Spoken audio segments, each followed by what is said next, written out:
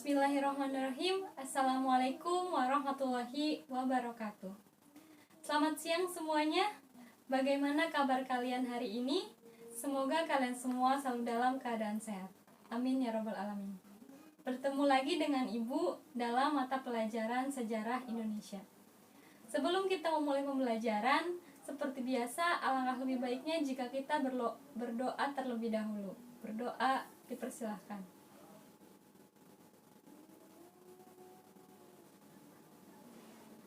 Berdoa selesai. Sebelumnya, pada pertemuan minggu lalu, kita telah membahas mengenai 3 kerajaan pada masa Hindu-Buddha, yaitu Kerajaan Kutai, Kerajaan Tarumanegara, dan Kerajaan Kalingga. Kali ini kita akan membahas mengenai kerajaan-kerajaan pada masa Hindu-Buddha selanjutnya, yaitu Kerajaan Sriwijaya, Kerajaan Mataram Kuno, dan Kerajaan Kediri. Kerajaan Sriwijaya. Sejarah dan letak kerajaan. Sejak permulaan Tarik Masehi, hubungan dagang antara India dengan Kepulauan Indonesia sudah ramai. Daerah pantai timur Sumatera menjadi jalur perdagangan yang ramai dikunjungi para pedagang. Kemudian muncul pusat-pusat perdagangan yang berkembang menjadi pusat kerajaan. Kerajaan-kerajaan kecil di pantai Sumatera bagian timur sekitar abad ke-7 antara lain Tulang Bawang, Melayu, dan Sriwijaya. Dari ketiga kerajaan itu, yang kemudian berhasil berkembang dan mencapai kejayaannya adalah Kerajaan Sriwijaya. Pada tahun 692 Masehi, Sriwijaya mengadakan ekspansi ke daerah sekitar Melayu. Melayu dapat ditaklukkan dan berada di bawah kekuasaan Sriwijaya. Letak pusat kerajaan Sriwijaya ada berbagai pendapat. Ada yang berpendapat bahwa pusat kerajaan Sriwijaya ada di Palembang, ada juga yang berpendapat bahwa kerajaan Sriwijaya berada di Jambi. Bahkan ada yang berpendapat bahwa kerajaan Sriwijaya berada di luar Indonesia. Akan tetapi, pendapat yang paling banyak didukung oleh para ahli adalah pusat kerajaan Sriwijaya ini berada di Palembang, di dekat pantai dan di tepi Sungai Musi. Peninggalan atau sumber sejarah. Sumber sejarah dari kerajaan Sriwijaya yang paling penting adalah prasasti. Prasasti-prasasti ini ditulis dengan huruf Palawa dan berbahasa Melayu kuno. Beberapa prasasti ini antara lain yaitu: yang pertama, Prasasti Kedukan Bukit. Prasasti ini ditemukan di tepi Sungai Tatang, dekat Palembang. Prasasti ini berangkat tahun 605 Saka atau 683 Masehi. Isinya antara lain yaitu menerangkan bahwa seorang bernama Dapunta Hyang mengadakan perjalanan suci dengan menggunakan perahu. Ia berangkat dari Minang Tamuan dengan membawa tentara 20.000 personil. Prasasti yang kedua yaitu Prasasti Talang Tuo. Prasasti ini ditemukan di sebelah barat kota Palembang di daerah Talang Tuo. Prasasti ini berangkat tahun 606 Saka atau sekitar 684 Masehi. Isi dari prasasti ini yaitu menyebutkan tentang pembangunan sebuah taman. Taman ini dibuat oleh Dapunta Hyang Srijayanaga. Prasasti yang ketiga yaitu Telaga Batu. Prasasti ini ditemukan di Palembang. Prasasti ini tidak berangkat tahun. Isinya terutama tentang kutukan-kutukan yang menakutkan bagi mereka yang berbuat kejahatan. Prasasti yang keempat yaitu Prasasti Kota Kapur. Prasasti ini ditemukan di Pulau Bangka. Berangkat tahun 608 Saka atau sekitar 656 Masehi. Isinya yaitu permintaan kepada para dewa untuk menjaga kesatuan Sriwijaya dan menghukum setiap orang yang bermaksud jahat. Prasasti yang terakhir yaitu Prasasti Karangberahi. Prasasti ini ditemukan di Jambi. Berangkat tahun 608 Saka atau sekitar 686 Masehi. Isi dari prasasti ini sama dengan isi dari Prasasti Kota Kapur. Beberapa prasasti yang lain yaitu Prasasti Ligor berangkat tahun 775 Masehi, yang ditemukan di Semenanjung Melayu, prasasti Nalanda di India Timur. Di samping prasasti-prasasti tersebut, ada juga berita Cina yang merupakan sumber sejarah Sriwijaya yang penting. Misalnya berita dari Itsing yang pernah tinggal di Sriwijaya. Selanjutnya kita akan membahas tentang silsilah. Adapun silsilah dari kerajaan Sriwijaya ini yaitu yang pertama ada Sri Indrawarman yang merupakan penerus dari Sri Jayanasa. Yang kedua ada Raja Dharmanindra, yaitu setelah kekuasaan Sri Indrawarman kemudian digantikan olehnya. Selanjutnya yaitu Bala Putradewa. Bala Putradewa memulai kembali Sriwijaya pada abad ke-9 Masehi. Memiliki hubungan dengan Raja Dewa Paladewa dari Benggala. Di India juga dijelaskan dalam prasasti Nalanda, di mana Bala Putradewa mendukung pendidikan pendeta Buddha di Nalanda. Raja ini memulai kegemilangan Sriwijaya menjadi penguasa perdagangan di Melayu, meninggalkan hubungan dengan Jawa. Selanjutnya yaitu Sri Udaya Ditya Warman. Tidak banyak yang diketahui dari raja ini selain dari kitab sejarah dinasti Sung. Selanjutnya yaitu ada Sri Chulamaniwarman yang merupakan raja yang pada kekuasaannya membangun hubungan yang baik dengan kerajaan besar Chola di India dan kekaisaran di Cina. Selanjutnya kekuasaan Sriwijaya digantikan oleh Sri Marawijaya Tunggawarman. Raja ini pada sekitar tahun 1016 menyerang Raja Jawa yang sebelumnya menyerbu Palembang, yaitu Dharma Wangsa Teguh. Serbuan itu kemudian meruntuhkan kerajaan Medang. Selanjutnya Raja Sri Marawi ini kemudian digantikan oleh putranya, yaitu Sri Sangramawijaya Tunggawarman. Nama ini diketahui melalui prasasti Tanjore pada tahun 1030 Masehi yang menyatakan bahwa Sriwijaya telah takluk pada kerajaan Chola. Selanjutnya yaitu kehidupan pemerintah dan sosial budaya kerajaan Sriwijaya. Kerajaan Sriwijaya mulai berkembang pada abad ke-7. Pada awal perkembangannya, rajanya disebut dengan Dapuntahyang. Dalam prasasti Kedukan Bukit dan prasasti Tawang Tuwo telah ditulis sebutan Dapuntahyang. Pada abad ke-7 Masehi, Dapuntahyang banyak melakukan usaha perluasan daerah. Daerah-daerah yang berhasil dikuasai antara lain yaitu yang pertama daerah Tulang Bawang yang terletak di daerah Lampung. Yang kedua ada daerah-daerah yang terletak di pantai barat Semenanjung Melayu. Kemudian Pulau Bangka yang terletak di pertemuan Jalan Perdagangan Internasional. Selanjutnya daerah Jambi terletak di tepi Sungai Batanghari. Selanjutnya yaitu Tanah Gentingkra yang merupakan tanah genting bagian utara Semenanjung Melayu. Dan yang terakhir ada Kerajaan Keling dan Mataram kuno. Sriwijaya terus melakukan perluasan daerah hingga Sriwijaya menjadi kerajaan yang besar. Untuk lebih memperkuat pertahanannya, pada tahun 775 Masehi dibangunlah sebuah pangkalan di daerah Ligor. Waktu itu yang menjadi raja adalah Dharmamestra. Raja yang terkenal dari kerajaan Sriwijaya adalah Bala Putradewa. Ia memerintah sekitar abad ke-9 Masehi. Pada masa pemerintahannya, Sriwijaya berkembang pesat dan mencapai masa keemasannya. Bala Putradewa adalah keturunan dari dinasti Sailendra, yakni putra dari Samaratungga dengan Dewi Tara dari Sriwijaya. Hal tersebut diterangkan dalam prasasti Nalanda. Bala Putradewa adalah seorang raja yang besar di Sriwijaya.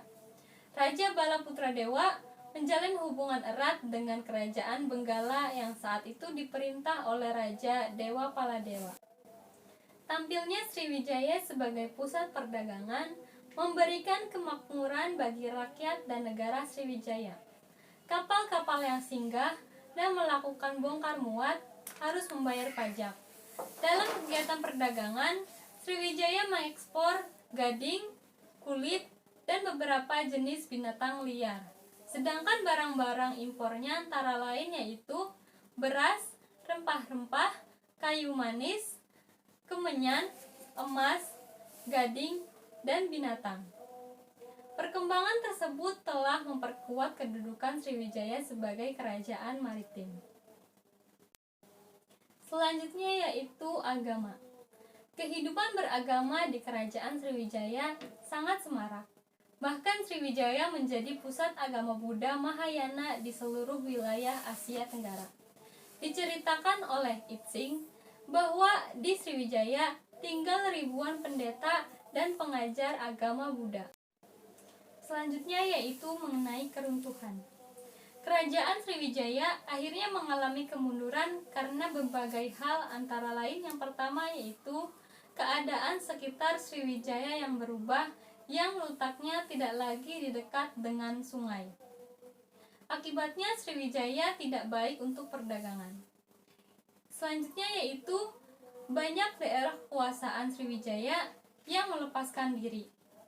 Hal ini disebabkan terutama karena melemahnya Angkatan Laut Sriwijaya, sehingga pengawasan semakin sulit. Penyebab yang selanjutnya yaitu dari segi politik. Beberapa kali Sriwijaya mendapat serangan dari kerajaan Chola, namun Sriwijaya masih dapat bertahan.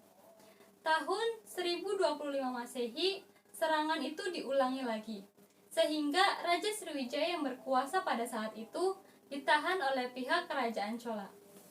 Pada tahun 1275, Raja Kertanegara dari Singosari melakukan ekspedisi Pamalayu.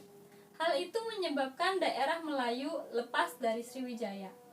Kemudian pada tahun 1377, armada Angkatan Laut Majapahit menyerang Sriwijaya.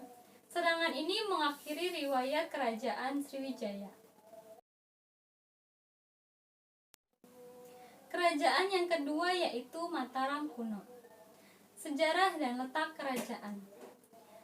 Pada pertengahan abad ke-8 Masehi, di Jawa bagian tengah berdiri sebuah kerajaan baru.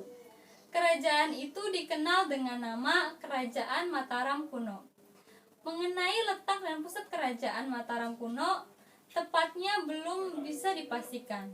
Ada yang menyebutkan pusat kerajaan ini berada di Medang dan terletak di Poh Pitu. Sementara itu, letak Poh Pitu sampai sekarang belum jelas keberadaannya. Selanjutnya yaitu peninggalan atau sumber sejarah. Berikut ini adalah beberapa candi peninggalan kerajaan Mataram kuno yang dipilah berdasarkan candi Hindu dan candi Buddha. Candi Hindu yaitu ada yang pertama Candi Gatotkaca, yang kedua ada Candi Arjuna, yang ketiga ada Candi Bima, yang keempat ada Candi Puntadewa, yang kelima Candi Semar, dan yang terakhir yaitu Candi Prambanan. Selanjutnya Candi Buddha, yaitu ada Candi Mendut, Candi Ngawen, Candi Pawon, dan Candi Borobudur. Selain candi, Kerajaan Mataram kuno juga meninggalkan beberapa prasasti yang menjadi sumber sejarah utama, yaitu yang pertama ada Prasasti Sojomerto, Prasasti Canggal, Prasasti Kelasan, Prasasti Kelurak, Prasasti Ratu Boko, dan Prasasti Mantiasi. Selanjutnya yaitu mengenai silsilah dari Kerajaan Mataram kuno, yaitu sebagai berikut.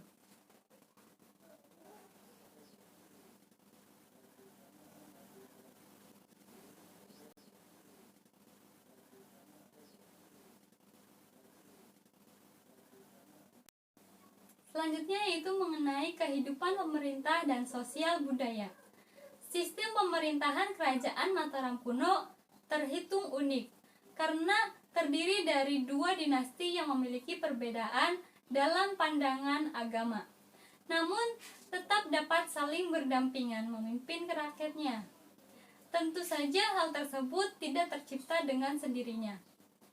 Pada mulanya timbul persoalan dalam keluarga Sailendra, Setelah kekuasaan Raja Panangkaran berakhir, penyebabnya adalah adanya perpecahan antara anggota keluarga yang memeluk agama Buddha yang sebelumnya memeluk agama Hindu. Hal tersebut menimbulkan perpecahan di dalam pemerintahan Mataram kuno.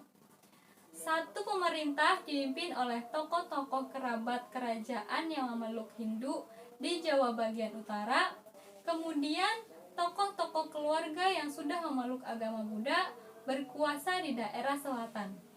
Meskipun begitu, perpecahan keluarga Sailendra ini tidak berlangsung lama. Keluarga ini akhirnya bersatu kembali ditandai oleh perkawinan Rakai Pikatan dari keluarga yang beragama Hindu dengan Pramudawardhani, putri dari Samaratungga. Perkawinan tersebut terjadi sekitar tahun 832 Masehi.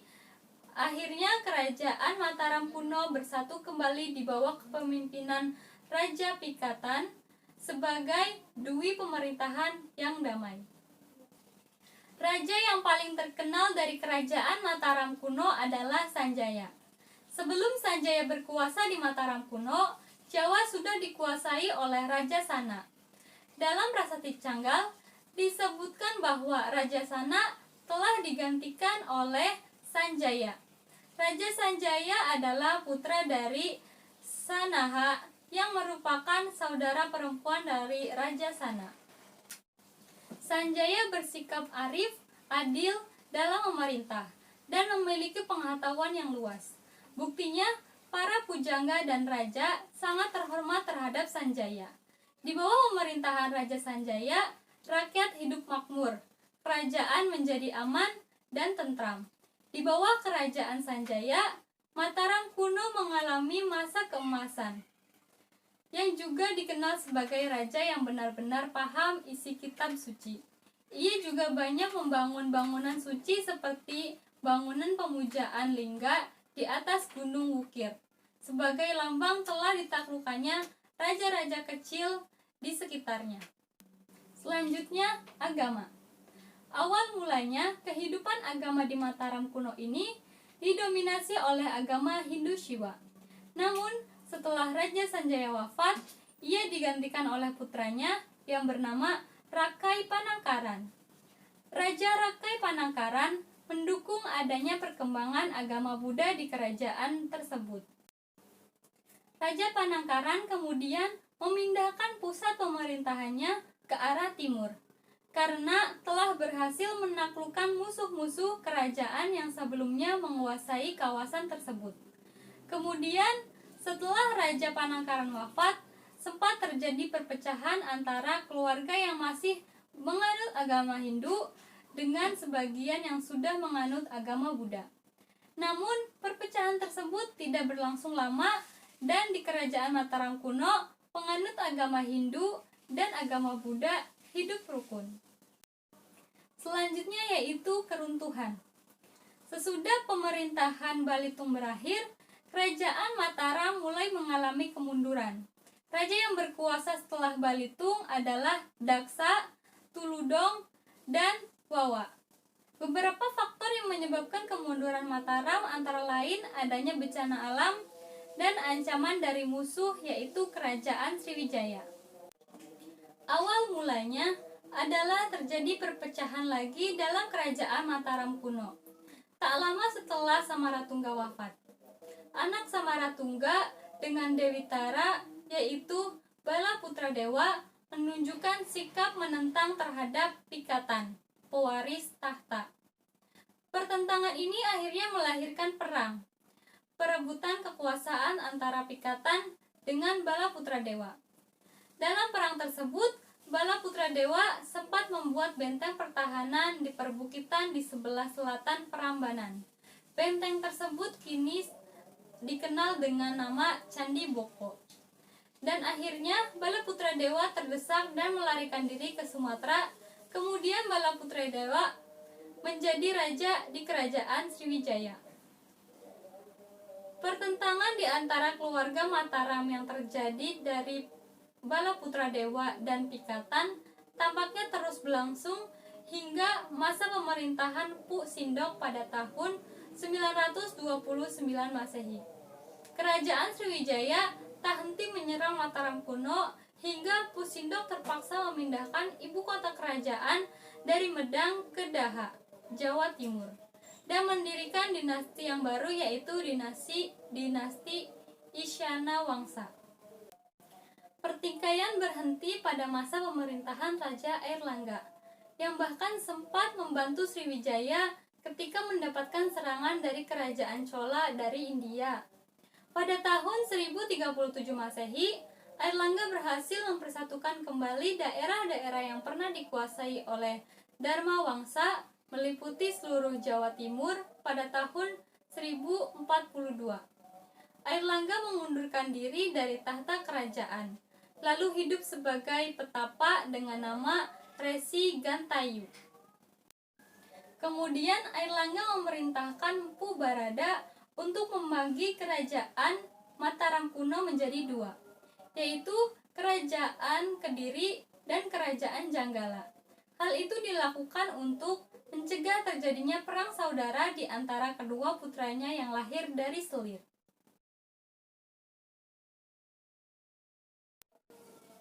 Kerajaan selanjutnya yaitu Kerajaan Kediri. Sejarah dan letak kerajaan. Kerajaan Kediri atau Panjalu adalah salah satu kerajaan bercorak Hindu yang berdiri sekitar abad ke-11 Masehi. Kerajaan ini berdiri setelah penguasa terakhir dari Kerajaan Mataram kuno, yaitu Dharma Wangsa Airlangga, membagi kekuasaan untuk kedua anaknya. Hal itu dilakukan untuk mencegah terjadinya perang saudara di antara kedua putranya yang terlahir dari selir. Kerajaan Airlangga itu dibagi menjadi dua, yaitu Kerajaan Janggala di sebelah timur diberikan kepada putra sulungnya yang bernama Garasakan dengan ibu kota di Kahuripan. Wilayah itu meliputi daerah Surabaya sampai Pasuruan, dan kemudian Kerajaan Panjalu atau Kediri di sebelah barat diberikan kepada putra bungsunya bernama Samarawijaya yang ibu kotanya di Kediri atau Daha, meliputi daerah kerajaan sekitar Kediri dan Madiun. Sehingga dapat dikatakan raja pertama dari Kerajaan Kediri adalah Sri Samarawijaya yang merupakan putra mahkota dari Raja Airlangga. Selanjutnya yaitu peninggalan atau sumber sejarah. Kerajaan Kediri memang tidak memiliki peninggalan arkeologi sebanyak kerajaan yang lain. Hal ini dikarenakan pendeknya usia dari Kerajaan Kediri yang kemudian digantikan oleh Kerajaan Singosari yang banyak memberikan peninggalan. Yang pertama yaitu ada candi. Ada 3 candi dari Kerajaan Kediri ini, yaitu yang pertama ada Candi Gurah, yang kedua ada Candi Tondowongso, dan yang ketiga ada Candi Pertirtaan Kepung. Selanjutnya yaitu ada kitab. Pada masa Kediri dianggap sebagai zaman keemasan dari Jawa kuno di bidang kesusastraan. Beberapa kakawin diciptakan pada masa ini. Kitab yang muncul di kemudian hari seperti Negara Kertagama juga mencantumkan beberapa informasi mengenai Kerajaan Kediri. Hal ini dikarenakan Kediri dianggap sebagai pendahulu Kerajaan Singosari dan Majapahit. Kitab-kitab sastra yang diciptakan pada masa ini antara lain yaitu Kitab Baratayuda oleh Pu Sedah dan Pu Panuluh, Kitab Hariwangsa oleh Pu Panuluh, Kitab Gatotkaca Sraya oleh Pu Panuluh, Kitab Samaradana oleh Pu Darmaja, Kitab Sumana Santaka oleh Pu Monaguna, dan Kitab Kresnayana oleh Pu Triguna. Selanjutnya yaitu peninggalan berupa prasasti. Kerajaan Kediri meninggalkan cukup banyak prasasti yang memunculkan nama-nama raja. Antara lain yaitu Prasasti Padlegan 1 dan 2, Prasasti Hantang, Prasasti Angin, Prasasti Jaring, dan Prasasti Samanding. Selanjutnya yaitu silsilah kerajaan.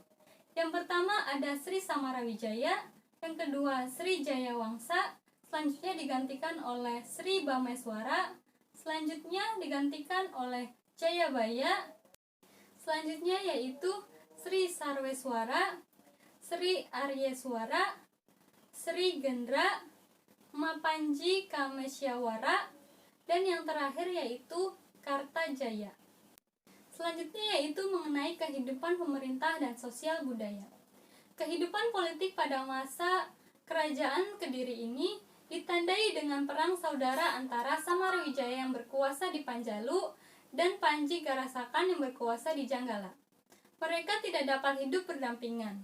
Pada tahun 1052 Masehi, terjadi peperangan perebutan kekuasaan di antara kedua belah pihak. Pada tahap pertama, Panji Garasakan dapat mengalahkan Samarawijaya, sehingga Panji Garasakan berkuasa. Di Janggala kemudian berkuasa raja-raja pengganti Panji Garasakan. Tahun 1059 Masehi, yang memerintah adalah Samaratsaha. Akan tetapi setelah itu tidak terdengar berita mengenai kerajaan Panjalu dan Janggala. Baru pada tahun 1104 Masehi, tampil kerajaan Panjalu sebagai rajanya yaitu Jayawangsa. Kerajaan ini lebih dikenal dengan nama Kediri dengan ibu kotanya di Daha. Tahun 1117 Masehi, Bamaweswara tampil sebagai Raja Kediri. Prasasti yang ditemukan antara lain prasasti Padlegan dan Panumbangan. Kehidupan kerajaan Kediri menjadi teratur. Rakyat hidup makmur, mata pencaharian yang penting adalah pertanian dengan hasil utamanya yaitu padi. Pelayaran dan perdagangan juga berkembang. Hal ini ditopang oleh Angkatan Laut Kediri yang cukup tangguh. Armada Laut Kediri mampu menjamin kemana perairan Nusantara. Di Kediri telah ada Senopati Sarwajala atau Panglima Angkatan Laut. Bahkan Sriwijaya yang pernah mengakui kebesaran Kediri yang telah mampu mengembangkan pelayaran dan perdagangan. Barang perdagangan di Kediri antara lain yaitu emas, perak, gading, kayu cendana, dan pinang. Kesadaran rakyat tentang pajak sudah tinggi. Rakyat menyerahkan barang atau sebagian hasil buminya pada pemerintah. Menurut berita Cina dan kitab Li Wang Taita, diterangkan bahwa dalam kehidupan sehari-hari, orang-orang memakai kain sampai di bawah lutut. Rambutnya diurai. Rumah-rumah mereka bersih dan teratur. Lantainya ubin yang berwarna kuning dan hijau. Dalam perkawinan, keluarga pengantin wanita menerima mas kawin berupa emas. Rajanya berpakaian sutra, memakai sepatu dan perhiasan emas. Selanjutnya yaitu kehidupan agama. Masyarakat Kediri memiliki kehidupan agama yang sangat religius. Mereka menganut ajaran agama Hindu Shiva. Hal ini terlihat dari berbagai peninggalan arkeolog yang ditemukan di wilayah Kediri, yakni berupa arca-arca di Candi Guru dan Candi Tondowongso. Arca-arca tersebut menunjukkan latar belakang agama Hindu Shiva. Para penganut agama Hindu Shiva menyembah Dewa Shiva karena mereka mempercayai bahwa Dewa Shiva dapat menjelma menjadi Shiva Mahadewa, Mahadewa Guru, dan Makala. Salah satu pemujaan yang dilakukan oleh pendeta adalah dengan mengucapkan mantra yang disebut mantra catur Dasa Shiva atau 14 wujud Shiva. Selanjutnya yaitu keruntuhan Kerajaan Kediri. Kerajaan Kediri menurut negara Kertagama runtuh pada tahun 1222 Masehi ketika Sri Rangga atau Ken Arok dari Tumapel menyerang Sri Kertajaya. Sementara menurut kitab Pararaton, serangan terhadap Kediri ini didasarkan atas permintaan para pujangga penganut Shiva yang diminta Raja Kediri untuk menyembahnya. Pujangga ini kemudian melarikan diri dan merestui Ken Arok sebagai raja di Tumapel dengan mempergunakan nama kerajaan Singosari dengan nama penobatan Sri Rangga Rajasa. Ia kemudian melepaskan diri dari pengaruh Kediri dan menyerbu Daha. Ken Arok berhasil mengalahkan Kertajaya di Ganter. Kekalahan ini tidak hanya membawa Kediri, namun juga Janggala masuk ke dalam pengaruh Singosari. Kerajaan baru tumbuh di sekitar Sungai Brantas, Jawa Timur, menggantikan Kediri. Materi untuk pertemuan kali ini mungkin Ibu cukupkan saja. Untuk pertemuan berikutnya, kita masih akan membahas mengenai kerajaan-kerajaan pada masa Hindu-Buddha. Nah, untuk tugas pertemuan kali ini sama seperti pertemuan pada minggu-minggu lalu, yaitu membuat kesimpulan dari materi yang sudah Ibu jelaskan. Apabila ada yang kurang dipahami, silakan tanyakan melalui WA Group. Mari kita akhiri dengan mengucapkan hamdalah. Alhamdulillahirabbil alamin. Wassalamualaikum warahmatullahi wabarakatuh.